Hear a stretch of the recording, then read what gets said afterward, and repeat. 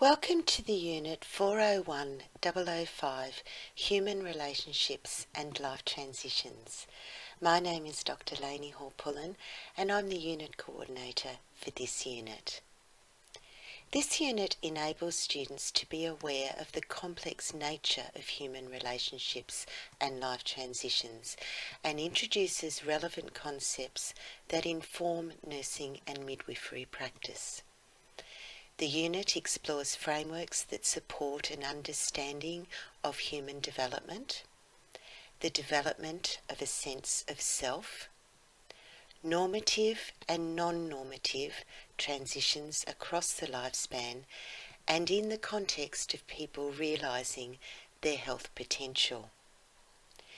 This introductory lecture introduces you to the broad themes of the unit and the lifespan generally, and introduces the concept of the self, self-identity, self-concept, and self-esteem. The staff of Unit 401005 wish to acknowledge the traditional custodians of the land that our university stands upon, the Eora, Darug, Darawal and Wiradjuri people continue to embed knowledge within our university which we value. We wish to pay our respects to elders both past and present, and we extend that respect to Aboriginal and Torres Strait Islander students and staff working in our unit.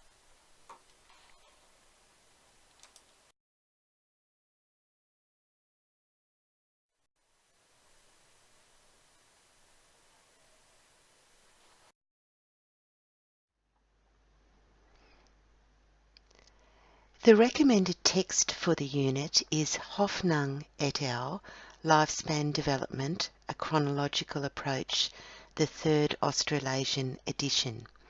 And this text will be made available electronically for you on the Views site, with readings set for each week that are outlined in the Learning Guide.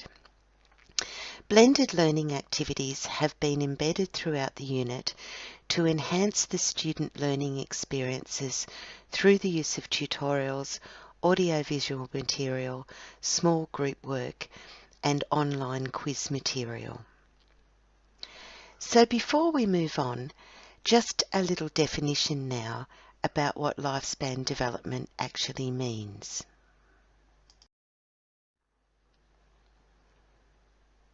Lifespan development concerns continuities and changes in a person's long-term growth, feelings and patterns of thinking. It occurs in the physical, cognitive and psychosocial domains. These domains of development interact in many ways, and individuals always develop as whole persons rather than in separate parts. The three major domains of development that we will look at include physical development, what happens with the physical body and what happens to the physical body throughout life. Cognitive development, this refers to changes in thinking and memory and the processing of language and mental processes. And psychosocial development, which comes from two words, psychological development and social development, the individual mind versus the social world and interacting with people. And your text covers both psychological and social aspects together in each chapter. This is the same or similar to referring to socio-cultural aspects. As you probably know, our personal and group cultures influence our individual behaviour greatly, and this is part of the social world that many of us live within. So socio-cultural development, which is referred to in the next slide, is the same for the purposes of this unit as psychosocial development.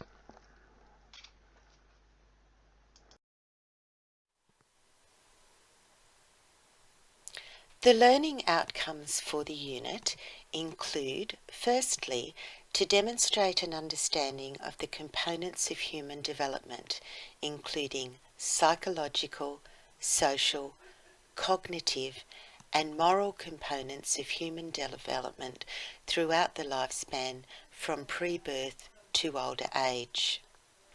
Secondly, we will explain the factors that contribute to the development of a sense of self, including the shaping of social identity, self-concept, and the development of self-esteem. We will explain the nature of human relationships across the lifespan, including social attachments and the influence of culture on human development. Occasionally, you will see in texts and other readings that theorists that focus on culture often describe themselves as coming from a socio-cultural approach, which simply means emphasising the impact of culture on the development of the individuals within the society. But for the purposes of this course, you can consider a socio-cultural approach to be very similar to a psychosocial approach.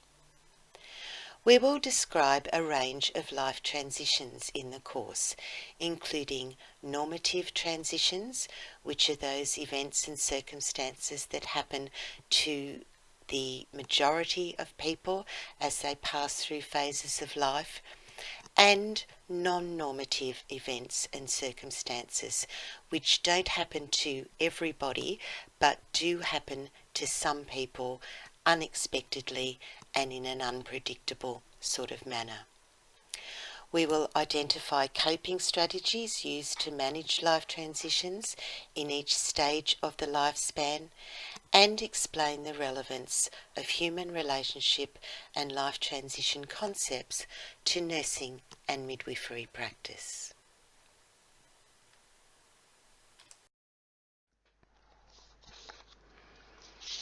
So first of all, what is lifespan development? Well, according to Hoffnung, continuity in the midst of change marks every human life, and the idea of life being a process of both continuity and change are integral to the experience of living. The processes for exploring continuity and change is called lifespan development. This framework explores changes and consistencies in physical growth, as well as changes and consistencies in the feelings derived from the experiences and our ways of thinking. Continuity and change can take many forms, from the birth of a child to personal preference for styles of music. It often starts with understanding the sense of self and what makes each individual unique in relation to other people. And when we talk about other people, we're talking about the person's relationship to the external environment, both the built and natural environment and the interpersonal environments. Our identity evolves and changes as we get older and undergoes a pattern of growth, stability and change throughout life. This is referred to as the sense of self. Some people and some writers refer to this sense of self as one's personality or one's unique essence, but for the purpose of this course, we're going to call it the sense of self. In terms of growth in this unit, we talk about growth in terms of physical, cognitive and psychosocial development. Our personal identity and relationships, therefore, evolve together, and relationships with others can definitively affect our own identity development. So we'll be exploring a lot of these concepts in the first couple of weeks.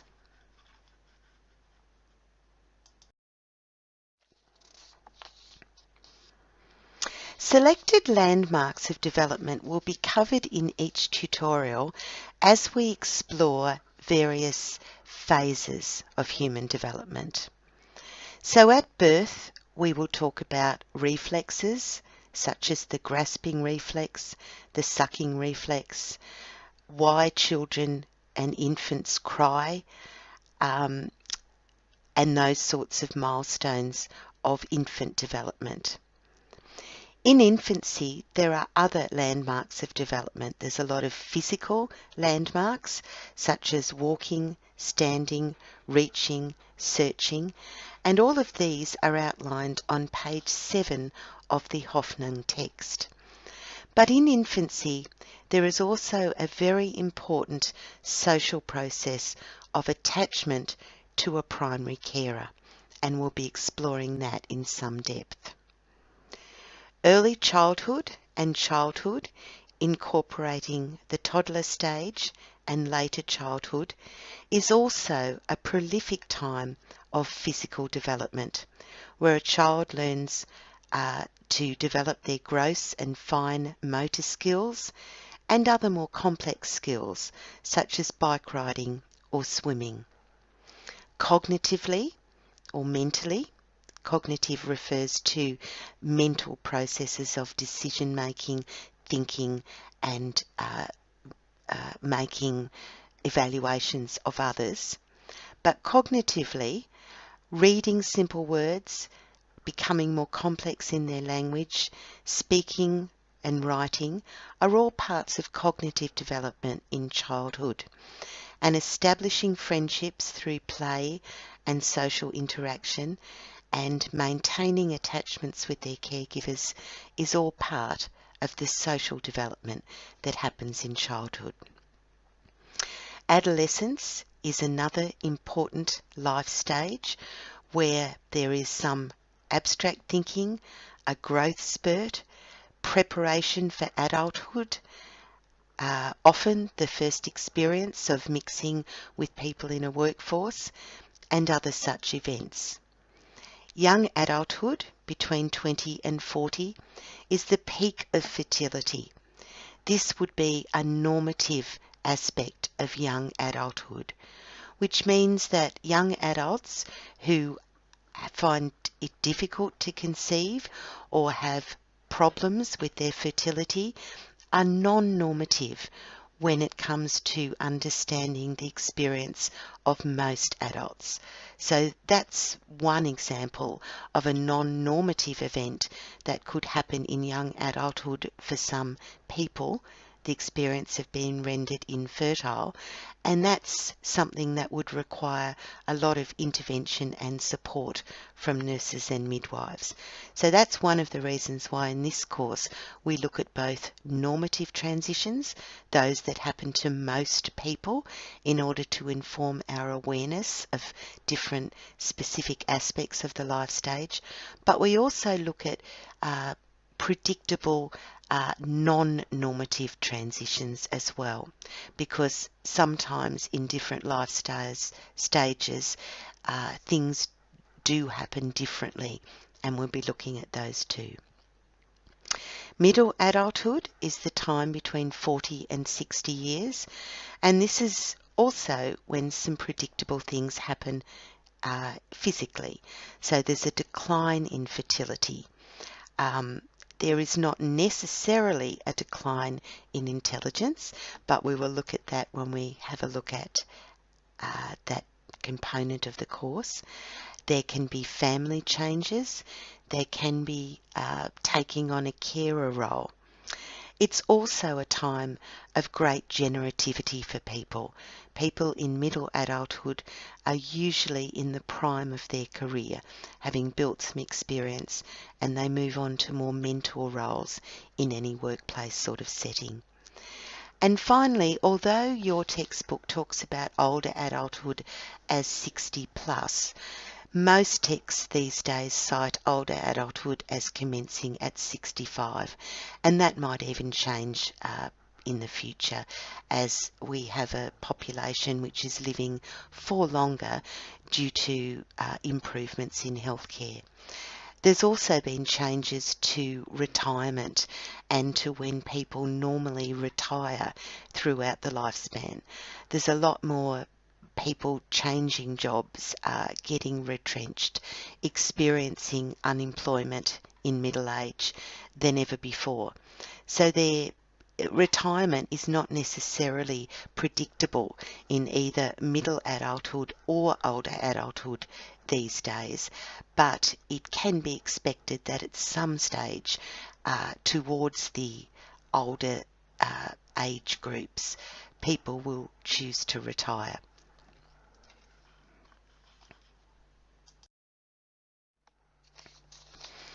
Lifespan development, therefore, starts at birth and continues throughout life.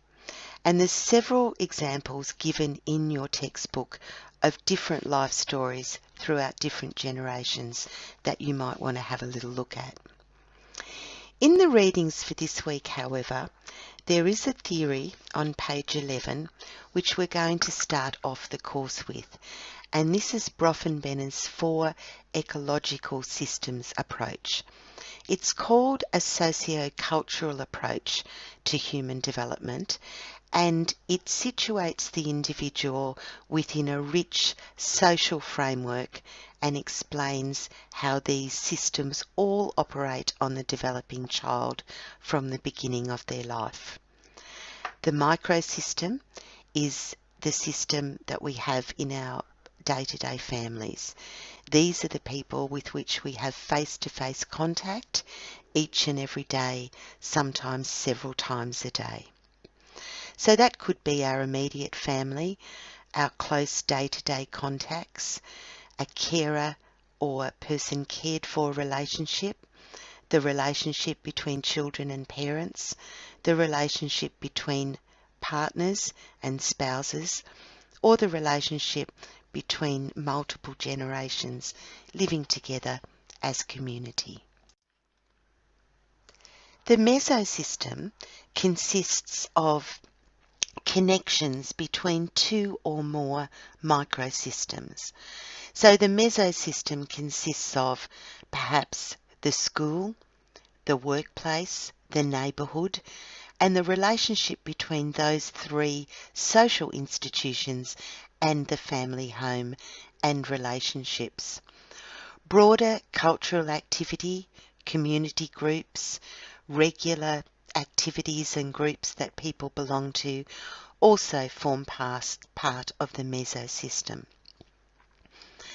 The exosystem system is the system with which a person may not directly participate, but decisions are made at that level of ecology which impact on individuals. Employers, for example, local council and governance, perhaps extended family for some particular cultural groups, and of course legal systems. And finally, the macro system, which is called in some texts the chronosystem, is where the individual is situated in terms of historical and current context. For example, public health policies are made today based on our knowledge of health and our knowledge of individual lifestyles. Some public health policies weren't around 50 years ago that are around today, and so that also influences individuals. So in summary, we take a lifespan development approach in this course, but we very much consider each individual within their social context.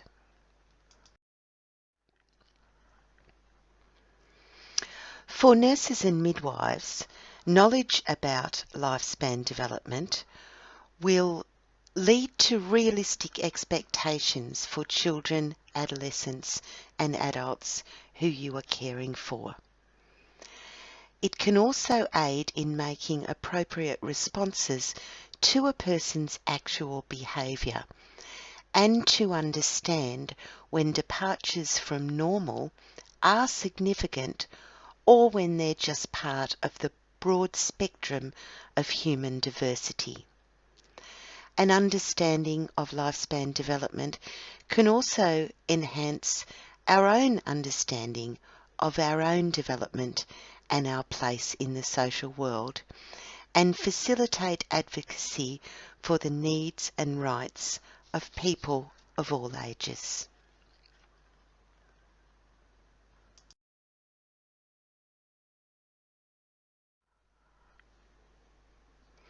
There are 4 key principles that are involved with understanding development from birth until older age. Developmental or lifespan psychology has at its core a commitment to understanding how people think, feel, and act at different ages and at different life stages. And there are 4 broad concepts. The first of these is human continuity and change. The fact that human development, both physical and psychological, social, moral, and cognitive development, takes place in developmental stages. In other words, theorists claim that there are qualitative changes in development that are characteristic of specific periods of the lifespan. Second, there's an interplay between lifelong growth in the areas, once again, of emotional, cognitive, and physical development at all age groups, and also decline in emotional, cognitive, and physical development. The development of empathy and sympathy in preschoolers, for example, is something that people build on later in life. And the development of moral goals and aligning this with self-identity as we grow is also something that develops throughout life. So a lifespan development approach claims that we never actually do stop developing and growing. But the other side to that is sometimes with the human condition, things can go wrong. And we will be looking at the different things that can go wrong for some people and what nurses and midwives can do to support individuals at different stages. The third principle of a lifespan development approach is to understand that there are lifespan changes at different ages. Some or most of these are universal experiences, and this is what we call a normative transition or a normative event, while others are non-normative. In other words, they're not expected. In the material on the Views site for this week, there is a small clip of a young teenager who is diagnosed with cancer and then undergoes treatment and experiences a remission. It's a lovely story because it shows how non-normative transitions can sometimes be overcome and people end up developing a sense of resilience, which means they have the ability to deal with adversity and to move on with their life. And that's the sort of thing that we will be talking about later in the course, the development of resilience. But for the moment, it's just relevant to remember that lifespan changes happens at different ages. So there are predictable, normative, and non-predictable, non-normative things that can happen right throughout the life stages. The fourth principle is about respecting diversity. One of the things I said before about lifelong development is that theorists claim that there are qualitative changes throughout the lifespan and that most development happens in stages. Whilst this is commonly accepted as truth, we have to remember that not everybody fits the boxes, and this is where respecting diversity comes in. I talk a little bit about a little bit more about this next week in our lectures on the beginning theoretical foundations. But for the moment, it's just important to remember that any stages in the lifespan are not necessarily fixed in concrete. They're just general guidelines to assist us in understanding the human condition. But we do have to respect diversity, because in our multicultural world there are different ways of doing things and different ways of approaching things culturally. When it comes to certain basic things like children learning language, however, there are some expected guidelines. It doesn't really matter what nationality you are or what language you're speaking or learning, including sign language for children who are born with a hearing impairment. Language development is a universal milestone of child development. It's something that impacts on our cognitive development. It tells us that children's cognitive development is on track for the future. So culture affects some aspects of lifespan development, but it doesn't necessarily affect all aspects. And we're going to hopefully have some very interesting discussions in your tutorial about things like parenting practices, nurturing practices, supporting practices that might be a little different depending on which culture we're actually talking about. But respecting diversity and respecting each other and respecting individuals regardless of their behaviour is one of the ethos of this course that we're doing.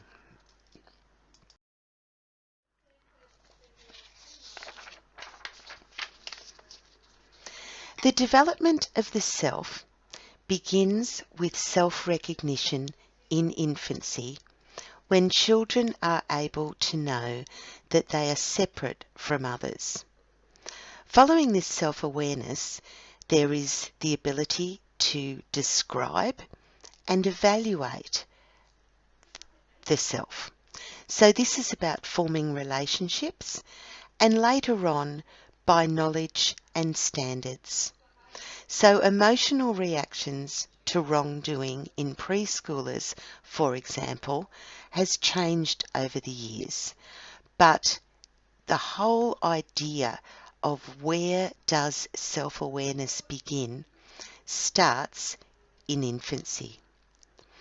The development of competence and self-esteem often comes as a result of basic trust, autonomy, and trust in the caregivers.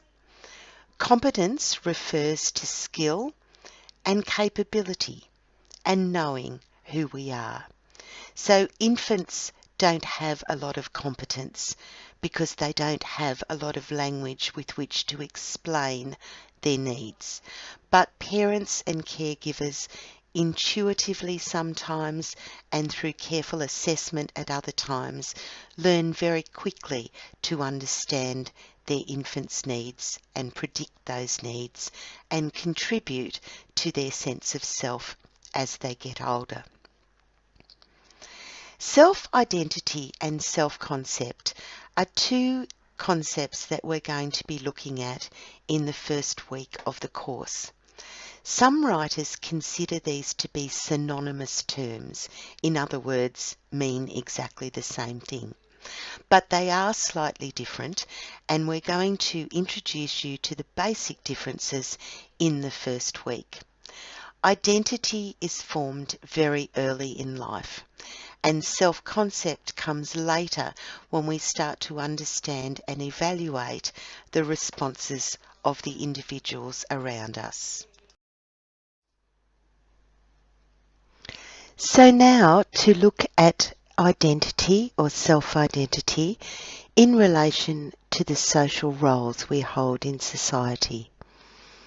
Identities are traits and characteristics, social relationships, social roles, and social group memberships which can define who we are. In other words, our identity is linked to the social roles we perform, whether that is as a child, as an adolescent, or as an adult. These identities can be focused on the past, for example, what used to be true of a person. My mother, for example, always refers to herself as a retired teacher because she embraces that role. It's a definitive part of her personality, as she was a teacher for many, many decades. Chefs, professors, motor mechanics, many people define themselves by their occupation primarily. Identities can also be focused on the present. What is true of us now?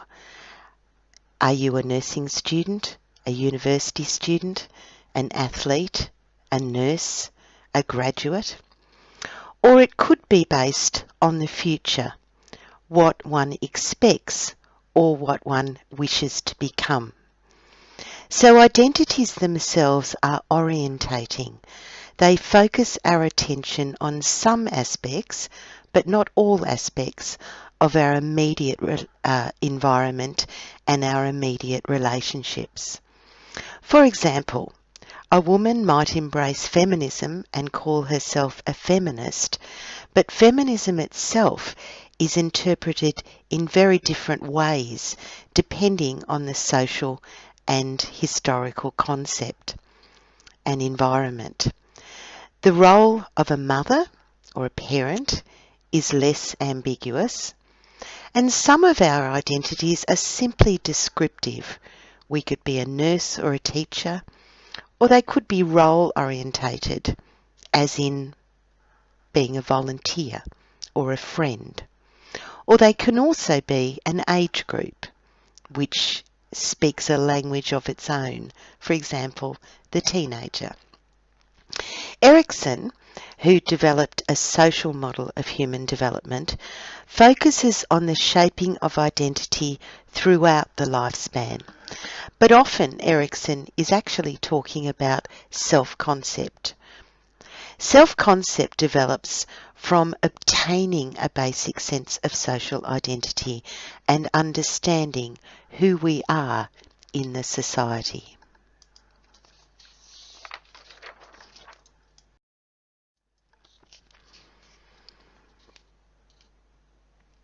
Self-concept is slightly different.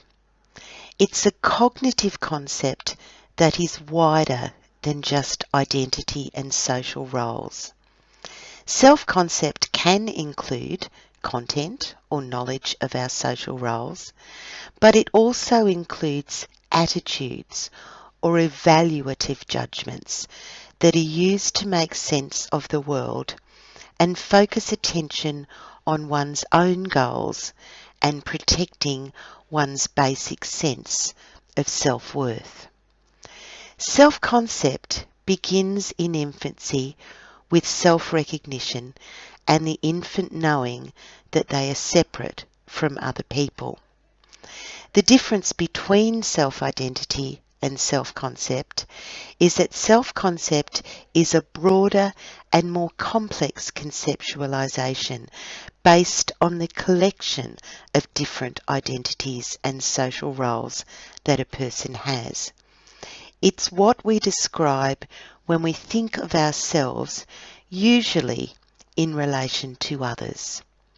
So one writer actually explains that identity is what we know about ourselves, what we know about the positions that we hold and how we understand them. And self-concept is how aware we are of how those different roles impact on us at a more personal level. Infants are capable of self-recognition and self-awareness, and this is the very beginning of self-concept.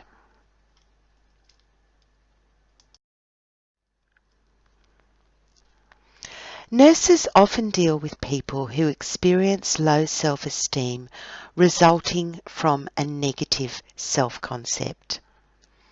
Self-concept being our social roles, individual attitudes, and other self-evaluative concepts does definitely impact on our self-esteem. It's not just about what others think about us, it's what we think about ourselves and our roles and how valued we feel in all of that. Self-concept and self-identity are not enduring throughout the lifespan. They change. If it was enduring, we would all be robots and we would never actually develop and realise our potential. But it's one of the reasons why, if you're trying to support somebody and positively affirm them, we never apply negative labels to individuals. Discrimination, bigotry, racism, and any sort of prejudice is harmful to people's self-esteem and can cause negative thoughts about the self. Negative thoughts about the self or low self-esteem can lead to an increased risk of health problems. It can be managed by stress management, coping strategies, counselling, resilience training, but it can also be very psychologically punishing to an individual. So nurses and midwives often work to support people and to support their self-concept so that they develop a healthy self-esteem rather than a negative self-esteem.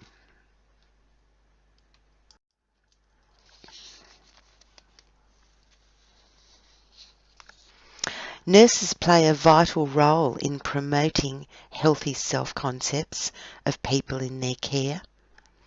As a mother, I've taken my children out of settings, even educational settings, that impacted negatively on their self-esteem and self-concept. Other women have removed themselves from entire cultures, the plight of refugees in areas where women have no rights, for example. And other people have returned to their cultural roots in order to seek and promote a healthy self-esteem. And Indigenous people who embrace their rich heritage are an example of that. So throughout this course, we won't actually be providing you with any answers. We'll be giving you different theories to explain and give you awareness of different stages of the lifespan. But we'll be seeking to raise your awareness of the human condition in a complex social and professional environment. Next week, we'll introduce some ways of understanding how the individual functions and develops within this complex social milieu with reference to the individual mind. So until then, I will say goodbye, and I hope you enjoy the course, and welcome again to Unit 401005, Human Relationships and Life Transitions. Thank you. Bye for now.